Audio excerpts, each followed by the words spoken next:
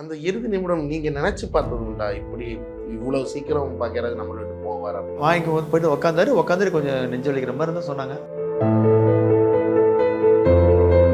உயிர் போனது வீட்டுல வச்சு வீட்டில் தான் போயிருக்குன்னு சொன்னாங்க சார். வீட்டில் தான் போயிட்டு அதுக்கப்புறம் தான் ஹாஸ்பிட்டல் கூட்டு செக். ஆமாம். சோகம் வருத்தம் ஏதாவது ஷேர் பண்ணியிருக்காரா? இந்த மாதிரி 2 அண்ணனுங்க இறந்தது அது சொல்லுவார். பொள்ளாச்சி ஷூட்டிங்கில் பாரதி ராஜா ஐயா வந்திருக்காங்க. அவர் அந்த கேரவனில் இருக்கார். நான் போய் பார்த்துட்டு அவர் போய் ஃபோட்டோ எடுத்துகிட்டு வந்துட்டேன். இந்த இவர்கிட்ட சொல்லாமல் அவர் போய் ஃபோட்டோ எடுத்துகிட்டு வந்துட்டேன். இங்கே வந்ததுமே நான் தான் சொல்கிறேன், நீ எங்களுக்கு சொல்லவே சொல்லிட்டு அப்படியே எந்திரிச்சு போய் நேராக போய் அங்கே போனதுமே இந்த கேரவனை தொடர்ந்து ஷூட்டிங்கில் அவரை காலில் விழுந்துட்டு அவங்க 2 பேரும் அங்கே அந்த அந்த உணர்வுகளை கண்ணால் பார்த்தேன். 16 வயது நிலையில ரஜினி கமலுக்கு நடிப்பு எப்படி நடிக்கணும்னு சொல்லி கொடுத்ததே பாக்கியராஜ் சார் தான். அப்படிங்கிறப்ப தான் பையன் ஒரு பெரிய ஹீரோவா ஆகலங்கிற அந்த ஒரு வருத்தம் ஏதாவது வேற எதுவும் கெட்ட பழக்கங்கள் எதுவும் இருக்குதா? ட்ரிங்க்ஸ், ஸ்மோக்கிங் மாதிரி? இல்லை, அவர் எப்போ அதெல்லாம் விட்டுட்டாரு. ஆனால் அடிச்சார் சொல்லியிருக்காரு, என்னைக்காவது ஷேர் பண்ணியிருக்காரு. அவர் வந்து ஒரு டைம் சொன்ன ஷூட்டிங் ஸ்பாட்டில் வந்து நான் நிறைய சிகரெட் நான் கேட்டேன், ஆனால் நீங்களாம் சிகரெட்டில் குடிச்சிருக்கேன்னு கேட்டேன். ஆமாப்பா, அதெல்லாம் ஒரு காலத்தில் வந்து நான் ஸ்கிரிப்ட் எழுத குடிச்சிட்டே இருப்பேன், செயின் ஸ்மோக்கிங் மாதிரி குடிச்சிட்டு இருப்பேன் அப்படின்னாரு. அப்புறம் அவர் பாடின பாட்டு யாருக்கும் தெரியாத ஒரு பாட்டு என் செல்லில் ஷேர் பண்ணியிருக்காரு. அந்த பாட்டு இந்த உயிரோட சம்மந்தப்பட்ட பாட்டு. அந்த பாட்டு அவரே எழுதி அவரே டியூன் போட்டது. இப்போ வச்சிருக்கேன் செல்ஃபோனில். அதை கேட்ட உள்ள உரிக்கால அழுந்துட்டேன். நிலவென்பது மனமின்றி மலர் என்பதா, வான் நீங்கியா நிலவென்பது மனம் நீங்கி மலர் என்பதா, என் சுவாச மூச்சு நீயாகணும், மூச்சு நானாகணும். அவளுக்கு ஒன்ன பிடிக்காதே. டவுன்ல நானே உன்னை நிறைய பொண்ணுங்களோட பாத்திருக்கேன். மத்தவங்களும் நீயும் ஒன்னா?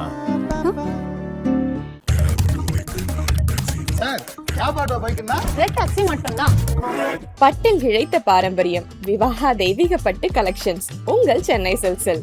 வணக்கம் பிரதர். சார் வணக்கம். வணக்கம். இப்போ திரையுலகம் இந்த ஜூன் மாதம் எடுத்துக்கிட்டாலே முதல்ல பாரதி ராஜா, அப்புறம் அசிஸ்டண்டான பாக்கியராஜ் சார் இறந்தது மிக பயங்கர சோகம். திரையுலகங்கள் மத்தியில் மட்டும் இல்லாமல் மக்கள்கிட்டயே. அப்படிங்கப்ப நீங்கள் அவரோட உதவியாளராக இருந்திருக்கீங்க, ஓட்டுநராக இருந்திருக்கீங்க. அவருடைய பழகிய அனுபவம் எப்படி இருந்துச்சு சார்? அவர் வந்து ஒரு ஆயிரக்கணக்கான லட்சக்கணக்கான மக்கள் மனசில் இருக்கார். ஆனால் அவர் மனசில் நான் ஒரு இடத்துல இருந்திருக்கேங்கிறது எனக்கு 1,00,000% கோடி % எனக்கு ஒரு சந்தோஷம்.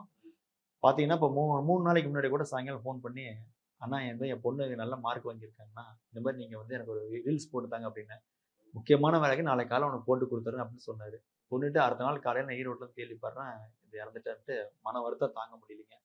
அந்த இதுலேருந்து நான் இறங்கி வந்திருக்கேன். ஏன்னா என் லைஃப்பில் வந்து பார்த்தீங்கன்னா அவ்வளோ கஷ்ட நஷ்டத்தில் அவர் என் கூட வந்து எனக்கு எவ்வளோ ஹெல்ப் பண்ணியிருக்காரு. வெளியே சொல்லக்கூடாதுன்னு சொல்லுவார் ஹெல்ப் பண்ணி கூட. ஆனால் நான் சொல்ல வேண்டிய கட்டாயத்தில் இருக்கேன். நன்றி மறக்கூடாது. பார்த்தீங்கன்னா குடும்பத்தோடு நான் வந்திருந்தேன். வந்து இந்த ஊருக்கு வந்து சாப்பாட்டுக்கு வழியெல்லாம் கஷ்டப்படுற நேரத்தில் நான் வீட்டுக்கு போகிறேன். போயிட்டு இந்த மாதிரி ஃபோன் எடுக்க முடியல அப்படின்னு நினச்சிட்டு இருந்தார். அப்புறம் வந்து உள்ள உட்காந்துக்கப்புறம் என் சூழ்நிலை பார்த்தாரு. இந்த மாதிரி குடும்பத்தோடு நடுவில் நிற்கிறேங்க அப்படின்னு.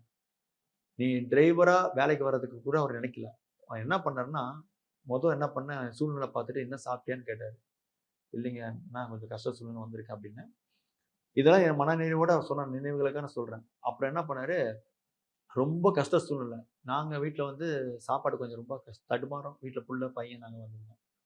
எல்லாம் பேசி முடிச்சுட்டு நல்ல ஒரு முடிவு சொல்லிட்டு இப்போ தனியாக கூப்பிட்டு அவர் பாருங்க, மனசில் பாருங்க, இந்த காலத்து உதவி செய்கிறவங்களாம் எவ்வளோ சொல்லி காட்டுவாங்க. அவர் பாருங்க, தனக்கு நீங்கள் உங்கள் ஒய்ஃபும் உங்கள் பிள்ளைங்களை வெளியே அனுப்பிச்சிட்டு வா அப்படின்னாரு. போனதுமே இந்த பேக்லேருந்து 5,000 பணம் கொண்டு கொடுத்தாங்க. அந்த 5,000 பணம் வந்துங்க 2 மாதம் வாடகை இல்லாமல் காசு இல்லாமல் ரொம்ப கஷ்டப்பட்ட நேரத்தில் அன்றைக்கி அந்த 5,000 எனக்கு அவ்வளோ அந்த உதவியாக இருந்தது.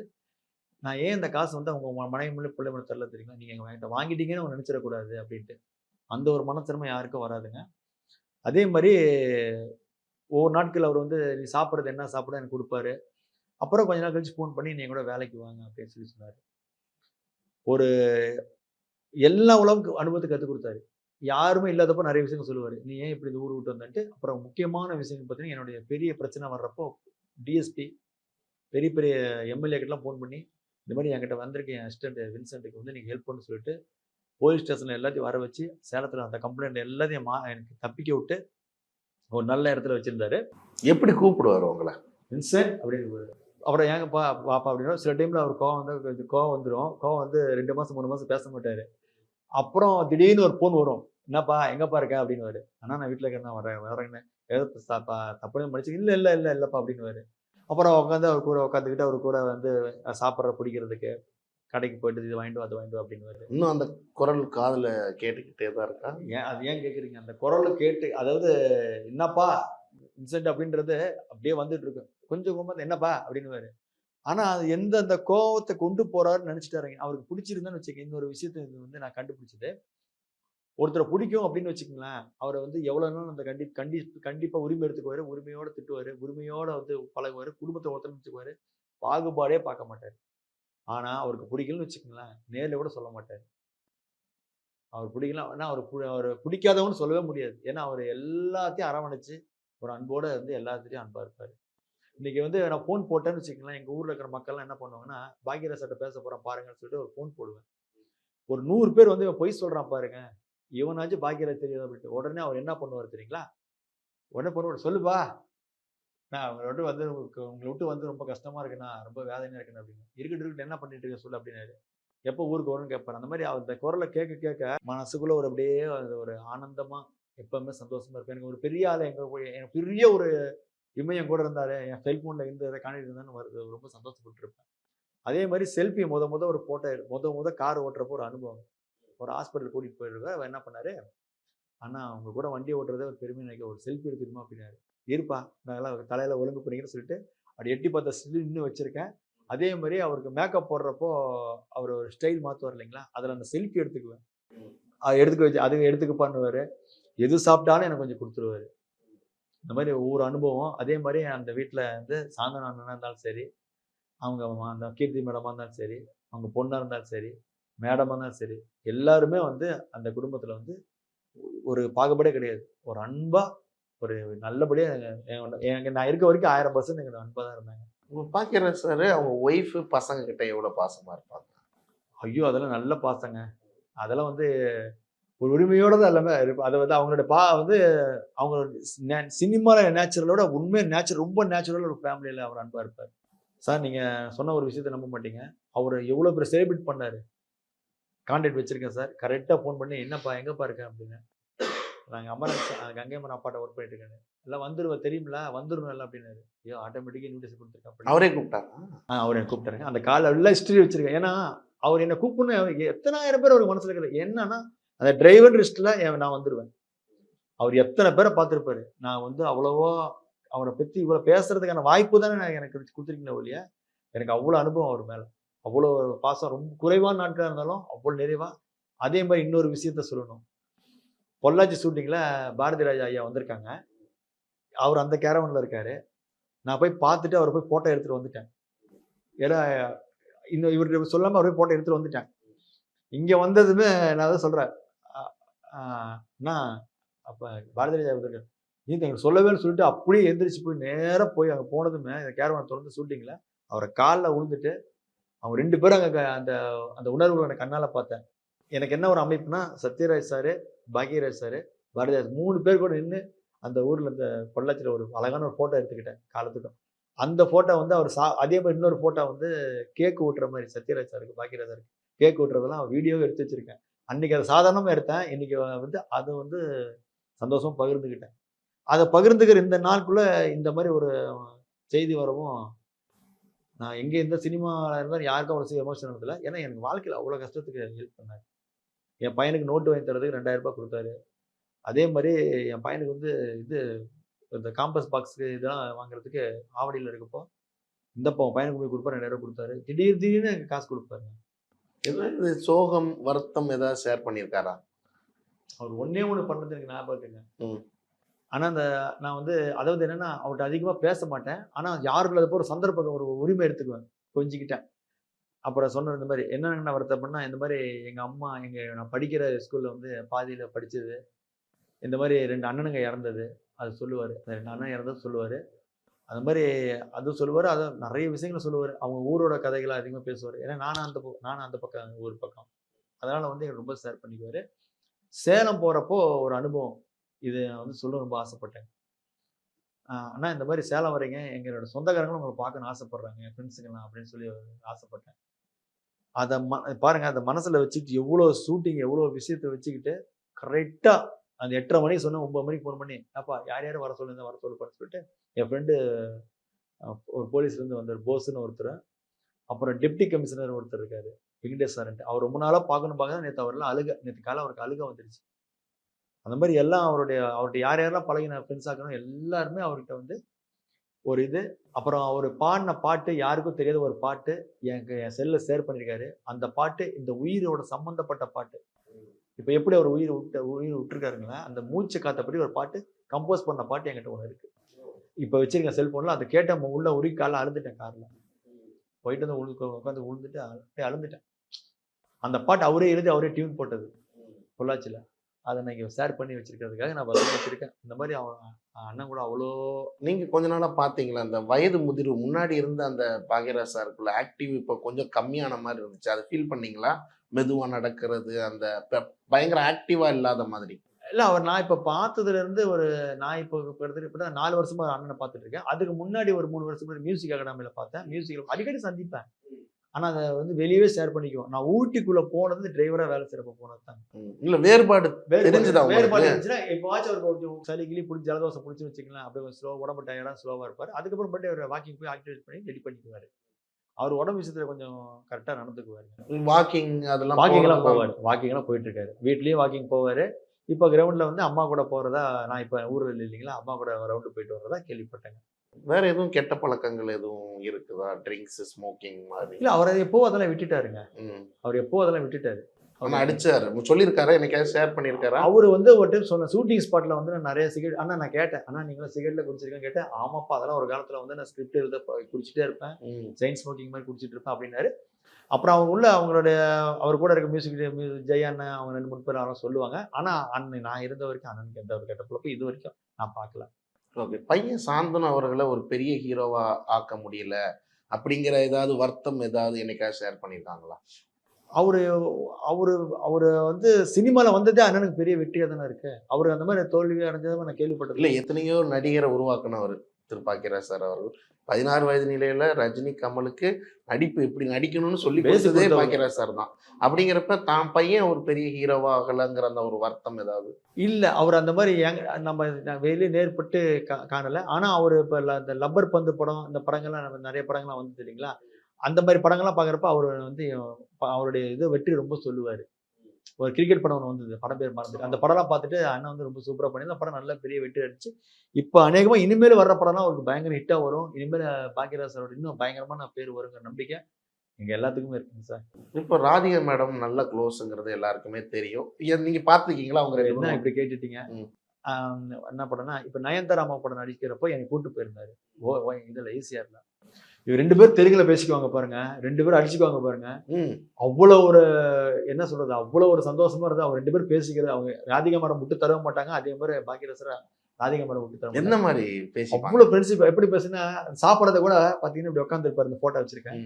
சாப்பிட்றத கூட தெலுங்குல பேசிக்குவாங்க. அப்புறம் வந்து இந்த மாதிரி இப்படி கற்றுக் கொடுத்தான், அப்படி பண்ணி கொடுத்தான், உரிமையோடு பேசுவாங்க. அதுல ஒரு முக்கியமான பாயிண்ட் ஒன்று இருக்கு. எல்லாம் உட்காந்து சாப்பிட்டுட்டு இருந்தாங்க கேரவன்ல. அப்போ இவர் என்ன பண்ணிட்டு இருந்தாரு, நம்ம பாக்யராஜ் சார் என்ன பண்ணிட்டு இருந்தாரு, நான் அப்பதான் நான் வேலை செய்யிட்டு இருந்தேன். அந்த படம் வரப்போகுது, டப்பிங்லாம் முடிச்சுட்டாரு. அந்த படத்துல வந்து எல்லாரும் ஒவ்வொரு சாப்பாடு கொண்டு வந்துருக்கப்போ இவர் ஐபேக்கால கேக் கொண்டு வந்து கொடுத்தாரு. அதை போய் கொடுத்ததுக்கு ராதிகா மட்டும் கேட்டாங்க, எனக்கு கேக்கு தானா, பிரியாணி தர மாட்டேன் அப்படின்னு. நீ ஓகே சொன்னா எல்லாம் செஞ்சு கொடுப்பேன் அப்படின்னு அவ்வளோ சந்தோஷமா அவங்க இருந்தாங்க. இதெல்லாம் நான் மறக்கவே முடியாது. அந்த இறுதி நிமிடம் நீங்க நினைச்சு பார்த்தது உண்டா, இப்படி இவ்வளவு சீக்கிரம் பாக்யராஜ் நம்மளை விட்டு போவார் அப்படின்னு? சார் போன வாரம் வால்பாறை போயிட்டு இருந்தாங்க பொள்ளாச்சிக்கு. இவர் கூட இருந்தேன்னு நினச்சிக்கிட்டு இந்த ஹோட்டலில் சாப்பிட்டேங்க. கடவுளுக்கு அதாவது எப்படி நான் சத்தியம் பண்ண தெரியல, நான் வந்து கடவுள் கர்த்தருக்கு முன்னாடி சொல்கிறேன். இவரோட நினைப்பு அண்ணன் கூட சாப்பிட்டாம நினச்சிட்டு சாப்பிட்டு இந்த வாரம் அவர் இல்லை. எல்லாம் ஒரு மைண்டில் வந்து தோணிட்டே வருது பாருங்க. இந்த வாரம் ஸ்டேட்டஸ் அவர் தான் வச்சுட்டு இருந்தேன். என்ன எப்படி நான் முந்தானத்து பேசுறேன்னு தெரியல. வெள்ளிக்கிழமை சாயங்காலம் 5 மணிக்கு 4:80 ஒரு அர்ஜென்ட்டான வேலை இருக்கப்பா, நாளை காலையில் நீ உன் பொண்ணு என்ன படிச்சிச்சு என்ன குரூப்னு சொல்லி நான் அழகாக வீடியோ போடுத்தான்னு சொன்னார். அந்த செல்ஃபோனில் அப்படியே இருக்கு. பதட்டங்கள் அந்த மாதிரி ஏதாவது இருந்ததா கடைசி நீங்க பேசினப்ப? இல்ல, ஜாலியா இருந்தாரு அந்த டைம். ஜாலி என்னப்பா அப்படி குழந்தைகிட்ட கொஞ்சிட்டு இருப்பாரு. அவங்க அதுதான் சார், அவர் சந்தோஷமா தான் சார் இருப்பாரு. இந்த சோகமா அவர் இதுதான் நான் இந்த தருவாயில நான் பார்க்கல சார். உங்க வீட்டுல எப்படி விசாரிச்சிருப்பீங்க, என்னதான் நடந்துச்சான் அன்னைக்கு? இல்லைங்க சார், நான் விசாரிக்கிறது எல்லாத்தையும் என்ன அவங்க வேலை செய்கிற நண்பர்கள், அந்த டிரைவருங்க, அந்த அசிஸ்டண்ட்டுங்க, எனக்கு பழகிய நண்பர்கள் எல்லாருமே என்னை வீட்டில் அவங்களும் பழைய ஆளுங்க, ரொம்ப நாள் இருந்தவங்க. ஆனால் அவங்க எல்லாம் ஷேர் பண்ணது பார்த்தீங்கன்னா பல வருஷத்தை ஒரு நாள் ஷேர் பண்ணுவாங்க. ஏன்னா அந்தளவுக்கு நான் பழகியிருக்கேன் ஐயா அண்ணன் கூட. அப்புறம் அவங்க என்ன சொன்னாங்கன்னா, இந்த மாதிரி அண்ணன் வந்து வாக்கிங் போயிட்டு வந்தார், வாக்கிங் வந்து போயிட்டு உட்காந்துட்டு கொஞ்சம் நெஞ்சு வலிக்கிற மாதிரி தான் சொன்னாங்க. அதை கரெக்டாக அவங்க சொல்லிட்டாங்க. அதுக்கப்புறம் உண்டான எல்லாருமே வந்து இந்த மாதிரி திடீர்னு எதிர்பாராத மரணம்ன்றது எல்லாத்துக்குமே ஜீர்ணிக்க முடியாமல் உயிர் போனது வீட்டில் வச்சு வீட்டில் தான் போயிருக்கு, வீட்டில் தான் போயிருக்குன்னு சொன்னாங்க சார். வீட்டில் தான் போயிருக்கு. அதுக்கப்புறம் தான் ஹாஸ்பிட்டல் கூப்பிட்டு செக் பண்ணி. ஆமாம், அதுக்கப்புறம் நான் எனக்கு வந்து நான் நியூஸ் எதுவுமே நம்பலைங்க. ஏன்னா எல்லாமே இறந்து போகிற சீன் வரதுனால நான் நம்பலை. இந்த மாதிரி அண்ணன் வந்து எப்பவுமே சந்தோஷமாக தான் இருப்பார், மியூசிக் கம்போசிங்லாம் பண்ணுவார், நிறைய பாட்டுகளை போட்டிருக்காரு. அந்த மாதிரி ஒரு நிறைய தருவாயில நான் சந்தித்தேன். நடிச்சுலாம் காட்டுவாரா? நீங்க பாத்திருக்கீங்களா ஏதாவது நடிச்சு? நடிக்காம எப்படிங்க சார்? நீங்க அவரோட ஸ்கிரிப்ட், அவரோட வந்து இப்போ நாளைக்கு ஒரு கடைக்கு போறோம்னு வச்சுக்கோங்களேன், ஒரு ஃபங்க்ஷன் நாளைக்கு வருதுன்னு வச்சுக்கோங்களேன், அந்த ஃபங்க்ஷன் போறதுக்கு அவர் ஒரு ரிகர்சல் எடுப்பாரு. அந்த டைம்ல அவர் பக்கத்துல வந்து யார்ட்டையும் பேச மாட்டாரு. அந்த நான் இன்னைக்கு சாயங்காலம் போறோம்னா இந்த காலையில ஒரு நோட்ல அழகா எழுதி ரெடி பண்ணுவாரு. அது எதிர்பார்த்துக்கு மேல அந்த கைத்தட்டு வந்துடும். அந்த ஒரு வெப் சீரிஸ் ஒன்று நடிச்சாரு பொள்ளாச்சியில. அந்த எமோஷனல் சீன் பார்த்துட்டு அங்கே நடிச்சவங்க எல்லாருமே அழுந்துட்டாங்க அப்பா வேஷத்துல. அதெல்லாம் நான் கண்ணால பார்த்து ரசிச்சேங்க. எனக்கு அந்த வாய்ப்பு கிடைக்குமா? எவ்வளோ பெரிய லெஜெண்டரி அவர், எவ்வளோ பெரிய லெஜெண்டரி. எனக்கு அந்த வாய்ப்பெல்லாம் வந்து கடவுள் கொடுத்ததா நான் ரொம்ப அவரை மிஸ் பண்ணிடுறேன். ரொம்ப இனிமேல் வயலூர் கோடத்துக்கு போகிறதுக்கு எனக்கு என்ன வேலை இருக்குன்னு நான் பார்க்க போவேன், எல்லாத்தையும் பார்க்க போவேன், விசாரிக்க போவேன். அவங்க ஒரு வீட்டில் அந்த நாய்க்குட்டி ஒன்று வளர்த்துறாரு சார். அந்த நாய்க்கு பாருங்க, அது யார் பிஸ்கட் போடாலும் யோசனை பண்ணாது. இவர் எப்போ வருவாருன்ட்டு அந்த கரெக்டாக அந்த குழந்தைட்டையும் சரி வீட்டையும் சரி அந்த நாய் அவ்வளோ அன்பாக இருக்கும் சார். அதெல்லாம் என் கண்ணால் நான் பார்த்து வியந்தேன். அன்பா இருப்பாரு. பார்த்திபன் சார் நல்ல க்ளோஸ் தானே சார்? அவருக்குங்களா? ஐயோ ரொம்ப க்ளோஸுங்க. கடைசியாக கூட ஒரு படம் எடுத்தாரு. அந்த படத்துக்கு வந்து அவர் இன்வைட் பண்ண வந்திருந்தாரு. அப்போ போய் அந்த படம் போய் பார்த்துட்டு வந்தாங்க. அப்போ பார்த்திபன் சார் எப்பவுமே அடிக்கடி அவரும் பாண்டியராஜ் சாரும் எப்போ பார்த்தா வரும் பா விஜய் அண்ணன். இப்போ அவங்க எப்பவுமே சந்திக்கிறவங்க தான், இதெல்லாம் அடிக்கடி வர்றவங்க. அதே மாதிரி அந்த நடிகர் அந்த ஜெகன் நடிக்கிற காமெடி ஆக்டர் அவரு எல்லாமே எப்பவுமே சர்க்கிளை வச்சுக்குவார் எல்லாத்தையுமே. எல்லா டைரக்டரும் வருவாங்க. அவங்க வீட்டில் எப்படி இருப்பாங்க? ஒய்ஃபு குழந்தைங்க கூட அப்படிங்கிற சார் அதெல்லாம் ரொம்ப சந்தோஷமா இருப்பாருங்க சார். அதெல்லாம் வந்து அவர் அந்த குடும்பத்தில் வந்து சாந்தனா இருந்தாலும் சரி, அவங்க மருமக அந்த அக்கா வந்தாலும் சரி, அம்மா வந்தாலும் சரி, அவங்க பொண்ணு இருந்தாலும் சரி, எல்லாத்துலேயும் ஒரு அன்பா எப்பவுமே ஒரு கலகலகலன்னு தான் சார் இருப்பார். அப்பா மகனுக்குள்ள பாண்டிங் எப்படி ரெண்டு பேருக்கும்? சாந்தனு சாருக்கும் அவர் இல்லைங்க சார், அவர் வந்து அப்பா மேலே சாந்தனனுக்கு ரொம்ப பிரியம். எப்படின்னு கேட்டிங்கன்னா, அவர் வந்து மாஸ்க் போடுறத கூட சரி கண்டிப்பார். ஏங்கப்பா இப்படி வரீங்க, ஏங்கப்பா இப்படிலாம் அசால்ட் இருக்குன்னு சொல்லி அவர் அப்பா மேலே அவ்வளோ கேர் எடுத்துக்குவார். அந்த மாதிரி தான் சந்தோஷமா இருப்பாங்க. ரொம்ப அது நல்லா இருந்தது. அவங்களுக்குள்ள பாசம் இப்போ ஒரே மாதிரி நல்லா இருக்கும் சார். இப்போ இல்லை அப்படிங்கிறது உங்களால் ஏற்றுக்க முடியுதா? இவ்வளோ நாள் பழகி. இல்லை சார், எங்கெங்கேயோ போகிறோம், ஊர் ஜனங்களாம் வந்து அழுந்து வசனப்பட்டிருக்கப்போ கூட நாங்கள் இருந்து அவர் கையால் சாப்பிட்ருக்கோம், அவர் கையில் சம்பளம் வாங்கியிருக்கோம். அந்த விசுவாசம் கூட எல்லாம் எப்படி சார் வாழ்றது? அவ்வளோ அன்பாக அவர் அவ்வளோ ஆக்டிவாக எங்களுக்கெல்லாம் வச்சுருந்தாரு. சுறுசுறுப்பாக இருக்கணும் சார் அவர்கிட்ட. அவருக்கு ஒரு நிமிஷம் கூட நீங்கள் வந்து அவர்கிட்ட சுறுசுறுப்பாக ஆக்டிவாக வச்சுக்குவார். அவருக்கு பிடிச்சாதான் சார் எல்லாத்தையும் கூட்டிகிட்டு போவார். இங்கே வரணும்ப்பா, இங்கே போகணும்ப்பானா கரெக்டாக அந்த இடத்துல கூப்பிட்டுருவார். அந்த மாதிரி அதெல்லாம் மறக்க முடியாது சம்பவம் சார். உங்களுக்கு திரு பாக்கியராஜ் சார் அவரால் ஒரு நடிகராக பிடிக்குமா, இல்லை ஒரு இயக்குனராக பிடிக்குமா, இல்லை ஒரு நல்ல மனிதன்? அண்ணனா எனக்கு பிடிக்கும். அண்ணனா? அவர் அண்ணான் தான் நான் கூப்பிடுவேன். அவர் வந்து என் வயசு ரொம்ப இதான் அண்ணான் தான். ஏன்னா அவர் அண்ணான்னு கூப்பிட்டு ஆசைப்பட்டேன். அண்ணான் தான் நான் கூப்பிடுவேன். அண்ணா அண்ணா அண்ணா அண்ணான்னு சொல்லுவேன். சொல்லுப்பா அப்படின்னு. அவர் ரொம்ப பிரியமா இருந்துச்சுன்னா வின்சென்ட் அப்படின்னு. அப்படிதான் சார் நான் சாப்பிட்ருக்கீங்களா அவங்க வீட்டில் எல்லாமே? சார் அவர் வீட்டில் நான் சாப்பிட்டதை விட அவர் கூட நாங்கள் எங்கே ஸ்பாட்டுக்கு போனாலும் சரி சார், அவருக்கெல்லாம் பரிமாறிட்டு எங்கேயோ உட்காந்து சாப்பிட்டு போவோம் தான் சொல்லுவேன். அவருக்கு என்னென்ன வேணுமோ அதை அப்படியே எனக்கு கொடுத்துருவாரு, நான் சாப்பிட்டுப்பேன்.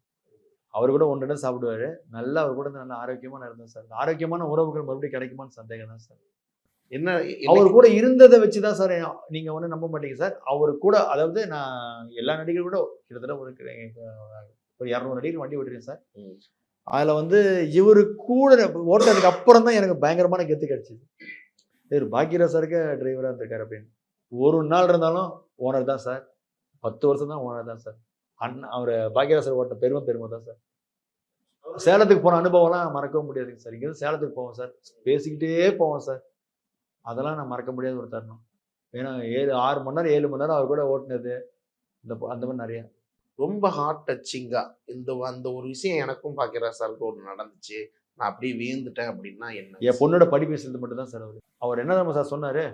இது ஒரு நம்மளோட இன்டர்வியூல வர்றப்போ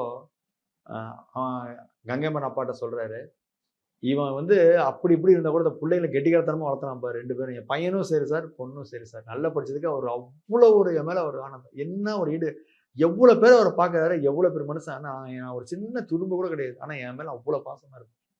அது என்னால் மறக்கவே முடியாது சார். கூப்பிட்டு காட்டுனீங்களா அவங்ககிட்டலாம் பசங்களா? எல்லாம் சார் கூப்பிட்டு எல்லாம் போன வாரம் தான் சார் அந்த ஃபோட்டோ எடுத்துகிட்டு போனோம். 15 நாள் சார் ஃபோட்டோ எடுத்துகிட்டு போய் ஃபோட்டோ எடுத்துட்டு போய் பார்த்துட்டு சந்தோஷமா நாங்கள் இருந்துட்டு தான் சார் வந்தோம். வந்துட்டு பொண்ணு கையில் வந்து பணம் கொடுத்தாரு சார். இந்தாங்க இது 1000 ரூபாய் கை செலவு வச்சுக்கோ, உனக்கு என்ன. என் பொண்ணு உரிமையாக கேட்குறான், அங்கிள் எனக்கு சீட்டு கன்ஃபார்ம் வச்சு அட்வான்ஸ் வேணுங்க அங்கிள் அப்படி கேட்டான். சரிம்மா நீ இப்போ ஊருக்கு போயிட்டு வா அப்படின்னாரு. ஆனால் அதுக்குள்ளே வந்து கடவுள் கிருபையில் பணம் கிடைச்சிது. ஆனாலும் அண்ணன் வந்து தரணும் ரெடி பண்ணணும் எண்ணத்துலேயே இவர் இருந்திருக்காரு. அப்போ முதல் ஃபோன் பண்ணப்போ தான் 2 ஃபோன் பண்ணேன். ஃபஸ்ட்டு புதன்கிழமை காலையில், ஆனால் அதுமாதிரி என் பொண்ணுக்கு எல்லாத்துக்கும் அவங்க ஸ்கூல்லேயே படிக்க வச்சிட்டாங்க கிராடு. ஓ வெரி குட்ப்பா, மனசுக்கு ஆரோக்கியமாக இருக்குப்பான்னாரு. அடுத்த ஃபோன் தான் முந்தா நேரத்து பேசுனது வெள்ளிக்கிழமை. அதுதான் சார் கடைசி காலம். இந்த கடைசி ஃபோனில் என்ன பேசுனீங்க? ஆனால் இது மாதிரி என் பொண்ணுக்கு ஒரு ரீல்ஸ் மட்டும் எனக்கு வேணும். ஏன்னா உங்களுடைய பொண்ணு எல்லாத்துலேயும் உங்களுக்கு தெரியும் சொல்லிக்குது அப்படின்னு வாழ்த்து சொல்லணும்னா தரணும். இப்போ நான் ஒரு சின்ன வேலையாக இருக்கேன்ப்பா, நாளை காலை 9 மணிக்கு ஃபோன் பண்ணி நீ ஞாபகப்படுத்து, நான் அழகாக ரீல்ஸ் போட்டு தரேன், உன் பொண்ணுக்காக போட்டு தரேன். கடைசி வரைக்கும் அந்த வீடியோ வரவே இல்லை. கடைசி இந்த வீடியோ இல்லை சார். அந்த வீடியோ வந்திருந்தா இன்னைக்கு எவ்வளோ அதுதான் சார் இன்னும் ஏக்கம் இருக்கு அந்த வீடியோ கிடைக்கும். ஆமாம் சார், ஏக்கம் கடைசியா நம்ம மகளை ஏன்னா நான் சொல்லி எத்தனையோ பேர் வீடியோ போட்டவர் என் பொண்ணுக்கு ஒரு வீடியோ போடணுமேனு ஒரு ஆசை தானே சார். எப்பவுமே அந்த நிறைவேறாத ஆசையில இதுதான் மெயின். இன்னொன்று அவர் கூட இன்னொரு வாட்டி டிரைவிங்காக இன்னும் ஒரு ட்ரிப் இன்னொரு கொஞ்சம் ஓட்டணும் அப்படின்னு ஆசை. நான் தான் டிலே பண்ணுவேன், டைம் ஆயிடுவேன். அந்த ஒரு ஆசை எனக்கு இருந்தது சார். ஆனால் அது வந்து இப்போ எனக்கு நிறைவேறல. ஆனாலும் அவர் கூட இருந்தது மன திருப்தி என் லைஃப் கூட இருக்கும். அவ்வளோ சீக்கிரம் நான் நடிகர்களுக்கு அழுகவே மாட்டேன் சார். நான் ரொம்ப அழுந்து ஃபீல் பண்ண தனியாக இருந்தது அண்ணன் பாக்கியராஜன் மட்டும்தான். ஒரு 3 விஷயத்துக்கு நான் சாருக்கு நன்றி சொல்லணும் அப்படின்னா என்ன விஷயம் சார்? எனக்கு பணம் கொடுத்து முத ஹெல்ப் பண்ணி என் பொண்டாட்டி பிள்ளைக்கு தெரியக்கூடாது, இன்னைக்கு இந்த கெத்தாக அந்த காசு கொண்டு போன காமிக்கணும்னு சொன்ன ஒரு விஷயம், அது லைஃப் லாங் மறக்க முடியாது. 2வது என் பையனுக்கும் என் பொண்ணுக்கும் படிப்பு விஷயத்தில் ஃபஸ்ட்டாக இருப்பார். என் கண்ணு போயிடுச்சு சார். என் கண்ணு கண்ணாடி வாங்கி கொடுத்து இந்த பையனுக்கு கண்ணாடி வாங்கி தரணும்னு சொல்லிட்டு இந்த கண்ணாடி ஃப்ரீயாக வாங்கி கொடுத்தவர் அவர் தான் சார். இதுதான் சார் அவரோட கடைசி அடையாளம். இதுதான் சார் உண்மை. கண்ணுக்கு விஷயத்துல யாரும் போய் சொல்ல மாட்டாங்க. என் கண்ணாடி முதல்ல கண்ணுக்கு வாங்கி கொடுத்தது 3000 ரூபா கொடுத்து அவர் தான் சார். ஒரு முக்கியமான விஷயத்துக்கு நான் சாரி கேட்கணும் சார்ட்ட அப்படின்னா என்ன விஷயம் சார்? நிறைய வாட்டி வந்து நான் லீவ் போட்டுருவேன் சார். ஒரு வாட்டி 2 வாட்டி லீவ் போட்டுருவேன். 2வது அவர் எதிர்பார்க்குற அளவுக்கு நான் சுறுசுறுப்பு இல்லாமல் போகிற டைமில் அவர் வந்து கொஞ்சம் வந்து அவருக்கு கோவப்படுத்திடுவேன். அப்போ ஆனால் என்னை மன்னிச்சிங்க அப்படின்னு அதெல்லாம் இருக்கட்டும் சொல்லிட்டு அதெல்லாம் பெருசாக எடுத்துக்க மாட்டேன் சார். அதெல்லாம் நான் மறக்க முடியாது சார். இன்னும் பொள்ளாச்சியில் என் வாழ்க்கையில், கோயம்புத்தூரில் அவர் கூட இருந்தது, சேலத்தில் இருந்தது, அந்த அனுபவம் எனக்கு அவருக்கு மட்டும் தான் சார் தெரியும். செல்லம்மா அடிச்சிருக்காரா அப்படி ஏதாவது? இல்லை சார், செல்லமெல்லாம் அடிக்க மாட்டார் சார். அவர் வந்து கோவப்படுறது சும்மா கைவோம் சும்மா அப்படின்னு வர தவிர அவர் அந்த இதில் மீற மாட்டார் சார். பசங்களை யாரையுமே சார் அவருக்கு வந்து என்னன்னா அவர் பட்ட கஷ்டம் இருக்கு இல்லைங்களா, அவர் சொன்ன ஒரு கஷ்டத்தை எங்கிட்ட சொன்னார். சாப்பிட்றது கஷ்டத்தை ஷூட்டிங்ல வந்து பேட்டிலாம் கொடுத்துருக்காரு. எங்கிட்ட சொன்ன விஷயத்த இந்த ஒரு ஹோட்டல் நுங்கம்பாக்கத்தில் டர்னிங்கில் ஒரு ஹோட்டல் இருக்கு சார். ஹோட்டலில் போய் சொன்னார், இங்கே தான்ப்பா நாங்களாம் வந்து சாப்பிட்றது வருவோம், அன்னையில் நான் செந்தில்லாம் இங்கே தான்ப்பா இருப்போம்னு சொல்லி அதெல்லாம் சொன்னதெல்லாம் எனக்கு ஒரு அனுபவமாக இருந்தது. இப்போ திரு பாக்கியராஜ் சாரோட ஒரு மறக்க முடியாத நிகழ்ச்சி அப்படிங்கிறது உங்களுக்கு ஏதாவது இருக்கா? இருக்குங்க சார். என்ன ஒரு விஷயம் கேட்டிங்கன்னா, இந்த கலை உலகமே கொண்டாடிச்சு 50 வருஷம். அதில் வந்து நான் வந்து அமர் அப்பா கிட்ட வேலை செய்யிட்டு இருந்தேன். அவர் வந்து இந்த மாதிரி வந்து கலைமாணவர் அரங்கத்தில் வச்சுருக்காங்க சொல்லிட்டு என்ன பண்ணேன், நான் அண்ணனுக்கு நானே ஃபோன் போட்டு கேட்குறேன். ஆனால் என்னெல்லாம் கூப்பிடுவீங்களான்னு கேட்குறேன். அதை கேட்டுட்டு இல்லைப்பா இப்போ நான் வேலைகளை வச்சுன்னு சொல்லிட்டு அடுத்த நாள் வந்து அவரை கூப்பிட்றதுக்கு எத்தனை மணி கூப்பிட்டு வரேன்னு சொல்லி கேட்கறதுக்கு ஒரு ரிகர்சல் பண்ணியிருந்தாங்க ப்ரோக்ராம். அப்போ வந்து எனக்கு சொல்கிறாரு, மறக்காமல் நீ வந்துடணுப்பா, நீ வராமல் எப்படி அவரை கூட்டி தானே அவர் கார்லேயே கூப்பிட்டுறணும் அப்படின்னு சொல்லியிருந்தாரு. அப்போ வந்து எனக்கு சொல்லி நீ வந்துருப்பா அப்படின்னு சொல்லி மறக்காத ஒரு தருணம்னா என்னையும் இத்தனை கோடி மக்கள் மத்தியில் என்னையும் ஃபோன் பண்ணி கூப்பிட்டு அதை அப்படியே அந்த நேரத்தோட அந்த காலோட வச்சிருக்கேன். ஏன்னா எதுவுமே ப்ரூஃபாக இருக்கணுங்கிறதுக்கு ஒரு அடையாளத்துக்கு அது மறக்க முடியாது. அப்புறம் இந்த கலைஞான ஐயன்னு ஒரு ஐயா இருக்காரு. அவர் தான் வந்து இது நம்ம படத்தில் வந்து பெரிய கேரக்டராக நடித்த ஒரு ஐயரா. அவர் வீட்டுக்கு போகிறதுக்கு எங்களை கூப்பிட்டு போகிறதுக்கு சொன்னார், நான் ஒரு இடத்துக்கு கூட்டிகிட்டு போகிறேன், அவர் ரொம்ப முக்கியமானவர், அவர் தான் ரஜினிகாந்துக்கு சூப்பர் ஸ்டார் பேர் வச்சவர், அவங்க ரஜினி சார்லாம் வீடு வாங்கி கொடுத்தேன்னு எங்களுக்கு சொன்னது அவர் தான். எனக்கு அப்போ தெரியாது. அதெல்லாம் என்னை கூட்டிகிட்டு போகணுன்னு ஒரு அவசியமாக சொல்லுங்கள். ஆனால் அந்த இடத்துல மறக்காமல் கூப்பிட்டு போனார். அப்புறம் என் ஊர் ஊட்டி, நான் பிறந்தது. ஊட்டிக்கெல்லாம் போகலாயா, நான்லாம் ஒருத்தன் எடுக்காத படமே ஷூட்டிங், வாயா போயா, சில டைம் ரொம்ப ஜாலியாக வாயா போயான்னு வரும், ஐயோ போயா அப்படின்னு. அப்புறம் அவர் வந்து அந்த அந்த அந்த தருணம்லாம் எப்படா வரும்னு காத்துக்கிட்டு இருந்த காலத்துல இவர் இப்படி இறந்து சீக்கிரம் போவார்னு எனக்கு சத்தியமா தெரியாது. இப்போ அதெல்லாம் ரொம்ப மிஸ் பண்றேன். அது இருந்தா இன்னைக்கு நான் போயிருப்பேன் கூட. பிள்ளைகள் வருத்தப்படுறாங்களா? ஐயோ சார் இல்ல அப்படி. சார் எவ்வளவு வருத்தப்படுவாங்க யோசனை பண்ணி பாருங்க. இன்னொரு 100 வருஷத்துக்கு 50 வருஷத்துக்கு இருக்க வேண்டிய அந்த அந்த மறக்க முடியாத தருணத்தில் உள்ள ஒரு மனுஷனை, ஒரு அப்பாவா இருந்தோம், ஒரு டயர்டா இருந்தோம், ஒரு கணவனா இருந்தோம், ஒரு மனைவி, அவங்க அப்போ பிள்ளைக்கு மருமகனா எல்லாத்துக்குமே ஒரு இடம் நிரப்ப முடியாம தானே சார் இப்ப இருக்காரு. ஒரு அண்ணனா அப்படின்னீங்க அண்ணன் தான் அப்படிங்கிறப்ப சார் இருக்கு. ஆமா சார். அந்த அண்ணன் அப்படின்னு இனி கூப்பிட முடியலையே அப்படிங்கிற அந்த ஏக்கம். ஐயோ இனிமேல் எங்க போய் கூப்பிட போறேன் சார். அண்ணா அண்ணா வணக்கண்ணா அப்படின்னுவேன். சார் நீங்க நம்ப மாட்டீங்க, அண்ணான்னு சொல்லி நிறைய பேர் கூப்பிட கூப்பிட வேணும்னு சொல்லுவாங்க. என் வயசு என்னன்னு கேட்பாங்க. ஆனா அண்ணான்னு எனக்கு மன நிறைவோடு இருந்தது பாக்யராஜ் அண்ணன் தான். பேரு கூட அண்ணான்றத பாக்யராஜ் அண்ணன் தான் சொன்னேன் ஒழிய அவரு சார் தான். ஆனா எனக்கு அண்ணன் இருக்கு. அந்த உரிமையை வந்து எனக்கு விட்டத்துல அண்ணான்னு தான் சொல்லுவாரு. எனக்கு என்னன்னா நிறைய விஷயங்கள் நான் ரொம்ப இப்போ மனசோர்வா இருக்கிறேன். ஏன்னா என்னை விட அதிகமா வேலை செஞ்சவங்க இருக்காங்க. ஆனா என் மேல அதிகமா வந்து எனக்கு இந்த பாசம், இவர் எனக்கு கொடுத்த விஷயம் பெருசு இல்லைங்களா? ஓ என்னை விட மூத்தவங்க வேலை செய்யறவங்க இருக்காங்க, என்னை விட 40 வருஷமா இருந்தவங்க இருக்காங்க, 30 வருஷமா இருந்தவங்க இருக்காங்க. எனக்கு ஏன் பெருசா தெரியுது அப்படின்னா, எனக்கு நான் இருந்த சூழ்நிலைகள் ஒண்ணுமே இல்லாத சூழ்நிலை. எனக்கு இவ்வளவு பெரிய ஒரு இமயத்துல வந்து ஒருத்தர் எனக்கு ஆறுதல் கொடுத்து அரவணைக்கிறாங்க அப்படின்னாக்கா, அதை நம்ம எனக்கு அவர் கொடுத்தது வேலை இல்லை, ஒரு வாழ்க்கை. என் வாழ்க்கையில ஒரு பார்ட்ல வந்து அண்ணன் உண்மையா இருப்பாரு. எப்படி சார் பணத்தை கொடுத்தது கூட வெளியே சொல்ல வேணாம், உங்க மனைவி பிள்ளைக்கு சொல்ல வேணாம்ன்றப்ப எந்த இடத்துல என்னைய உயிர்த்து வச்சிருக்காரு பாத்தீங்களா? கையை எண்ட கூடாதுன்னு நினைக்காத, உதவி பண்ண கூட செய்ய பிடிக்காத ஒரு இடத்துல யார் இந்த காலத்துல இருப்பாங்க சொல்லுங்க. நீ கொடுத்த எவ்வளவு விளம்பரப்படுத்துறாங்க, அதை வந்து நம்ம அண்ணன் தான், பாக்யராஜ் அண்ணன் தான். இறுதியா இப்போ பாக்யராஜ் சார் எத்தனையோ பேரை இயக்கியிருக்காங்க. ஆனா அவரை நீங்க உட்கார வச்சு காரை இயக்கி அவரை இது பண்ணிருக்கீங்க அப்படிங்கிறப்ப அது என்னைக்குமே வாழ்க்கையில மறக்க ஆமா முடியாது. சார். டிரைவர் அப்படிங்கிறதே பாத்தீங்கன்னா ஒரு 30 தருணம் இருக்கு சார் அதுல. இதை யாரும் சொல்ல மாட்டாங்க. ஒண்ணு உயிர் பாதுகாப்பு, ஒண்ணு நம்ம சேஃப்டி, ஒண்ணு நம்ம குடும்பம், ஒண்ணு நம்ம போற வேலை, ஒண்ணு நம்ம செய்ய வேண்டிய சூழ்நிலை, ஒண்ணு நம்ம கை கால் எல்லாம் இயங்கும். ஒரு அத்தனை கான்செப்ட்ல தான் சார் நீங்க ஒரு வாழ்க்கை கொண்டு போறோம் நம்ம. அதுக்கு வந்து நான் ஒரு குட்டி இயக்குனர் தான், என் அண்ணனை வச்சு உட்காரதுல அவர் அந்த ஒரு பெருமை எனக்கு இருக்கு சார். ஏன்னா அது பெருமை இல்லை, எனக்கு ஒரு வாய்ப்பு தான். மற்றபடி அவர் கூட உட்காந்துட்டு போற செல்ஃபி எடுத்து வச்சிருக்கேன், அது பார்க்க எனக்கு கண்ணில் தண்ணி வருது. ஏன்னா நான் அவர் கூட அப்படி இருந்தேனே அப்படின்னு நினைச்சு பாக்குறப்ப சார் பசி இதுன்னா சாப்பிட்டு சொல்லிடுவேன் சார். அது எப்படி சார் மறக்க முடியும்? இறுதியா இப்போ அவரோட இப்போ பார்க்க முடியாது அப்படிங்கிறது எல்லாமே தெரிஞ்சு போச்சு. பாரதிராஜ் சார் இல்லை அப்படிங்கிறது. இருந்தாலும் இன்னும் வர காலங்கள் எப்படி ஓட்ட போறீங்க, மாற்ற போறீங்க, என்ன கடக்க போறீங்க? சார் அதை என்ன சார் ஒன்று சொல்றீங்களா சார்? இப்போ வந்து லைஃப்ல வந்து நம்ம வந்து ஒரு அப்பா, நம்ம வீட்டில் ஒரு அப்பா இருக்காங்கன்னு வச்சுக்கோங்க. நான் அப்பா இழந்தவன் தான். இது வந்து சினிமா உலகத்துக்கும் அப்பா இல்லாம இவர் எல்லா அன்புக்கும் உள்ள அப்பாவா இருக்காரு. அந்த இடத்துல என்ன ஆகுதுன்னா, இந்த ஒரு அப்பா இல்லாத தருணம் அதை வந்து போறப்பெல்லாம் இப்போ ஒரு இடத்துக்கு போறோம், அந்த இடத்த வெறுமையா இருக்கிறப்போ அந்த இடத்த பாக்குறப்போ அந்த வெறுமையை ஃபுல் பண்ண வருது லைஃப் லாங் சாவர வரைக்கும் இருக்காது. ஏன்னா ஒருத்தர் இல்லையே, ஏன்னா இவர் அந்த மாதிரி வளர்ந்துட்டாரு. நீங்க பாத்தீங்கன்னா இவர் கூட்டத்தை பார்த்துருப்பீங்க. இவர் ஒவ்வொருத்தரும் சார் இந்த விஷயத்த மட்டும் நான் சொல்றேன், ஆசைப்படுறேன். இன்னைக்கு கூட நான் தான் சொன்னேன், எல்லார் மனசுலயும் பாக்யராஜ் சார் இருப்பாரு. ஆனா அத்தனை லட்சம் பேர் அவர் மனசுல இருப்பாங்க. அவர் வந்து மெமரி கார்டு மட்டும் இல்ல, அவர் இன்னும் எத்தனை ஜென்மத்துக்கு உண்டான டிபி மாதிரி அவர் அவ்வளவு பேர் மனசுல வச்சிருப்பாரு. அவர் மாதிரி மைண்ட்ல வச்சுக்க அந்த ஸ்டோரேஜ் எல்லாம் யார்ட்டையுமே இருக்காது சார். நிறைய பேருக்கு அட்வைஸ் எத்தனை பண்ணுவாரு. அவர் வெள்ளாங்கோயிலா இருக்கட்டும், கோயம்புத்தூரா இருக்கட்டும், அவர் துபாயா இருக்கட்டும், அமெரிக்காவா இருக்கட்டும், எந்த ஊர் இருந்தா அந்த ஊர் பேர் உடனே அவருக்கு ஒரு அன்பா ஒரு ஆளுங்க அங்க இருப்பாங்க சார். நிறைய பேருக்கு அட்வைஸ் பண்ணுவாங்கன்னு கேள்விப்பட்டிருக்கேன். உங்களுக்கு ஏதாவது நல்ல அட்வைஸ் ஒன்று சொல்லியிருந்தாரா? கண்டிப்பா சார். ஏன் இப்படி விளையாட்டுத்தனமா, நான் கொஞ்சம் விளையாட்டு டைப்ல இருப்பேன், ஏன் விளையாண்டுட்டு இருக்க, ஒரு குடும்பம்னு உனக்கு தெரியாதா, உனக்கு குடும்பம் இருக்குல்ல உனக்கு அப்படின்னு சொல்லி பொறுப்பா இருக்க சொல்லி என்னை ரொம்ப வான் பண்ணவரு அண்ணன் தான்.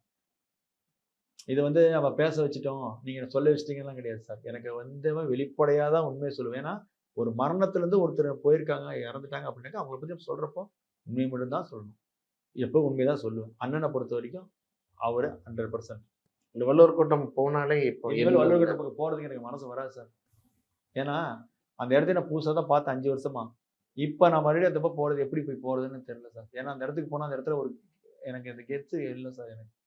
எனக்கு அந்த ஏன்னா என்ன போனா எனக்கு கூப்பிடுறது, திட்டுறது, பிடிக்கிறது அவர் தான் இருப்பாரு. இப்போ அந்த இடத்துல ஒரு வாய்ப்பு எனக்கு இல்லை. இறுதியா இப்போ ஒரு கடவுள் வந்து உங்ககிட்ட கேட்கிறாரு, இந்த மாதிரி ஒரு ஏதாவது உனக்கு ஒன்று வேணுமாப்பா அப்படின்னா என்ன கேட்பீங்க? நான் அண்ணனை பத்தி சொல்லட்டுங்களா? மறுபடியும் எனக்கு வந்து ஏதோ ஒரு ரூபத்து இவர் மாதிரி எங்கேயோ ஒருத்தர் இருக்கணும், இதே குரல்ல ஒருத்தர் இருக்கணும், இதே மாதிரி ஒரு கண்ணாடி போட்டு ஒருத்தர் வரணும், இதே மாதிரி எனக்கு வேலைக்கு கூப்பிடணும், அந்த மனநிறைவு அந்த டூப்ளிகேட்டாவாச்சும் நிறைவேற்றிக்கணும்னு ஆசைப்படுறேன். ஏன்னா ஒரிஜினல் மாதிரி வராது, இதுக்கு மேலே கிடைக்காது. அண்ணன் மாதிரி ஒரு எல்லாத்துலேயுமே எனக்கு அன்பா இருப்பார் சார். நன்றி. ரொம்ப இந்த வாய்ப்பை கொடுத்தீங்க இந்தியா கிளர்ஸ் இதுக்கு ரொம்ப நன்றி. என்னையும் வந்து இந்த இடத்துல வந்து நினைக்க வச்சிருக்கீங்க, ரொம்ப நன்றி. அவளுக்கு உன்னை பிடிக்காதே. டவுன்ல நானே உன்னை நிறைய பொண்ணுங்களோட பார்த்திருக்கேன். மத்தவங்களும் நீயும் ஒண்ணா?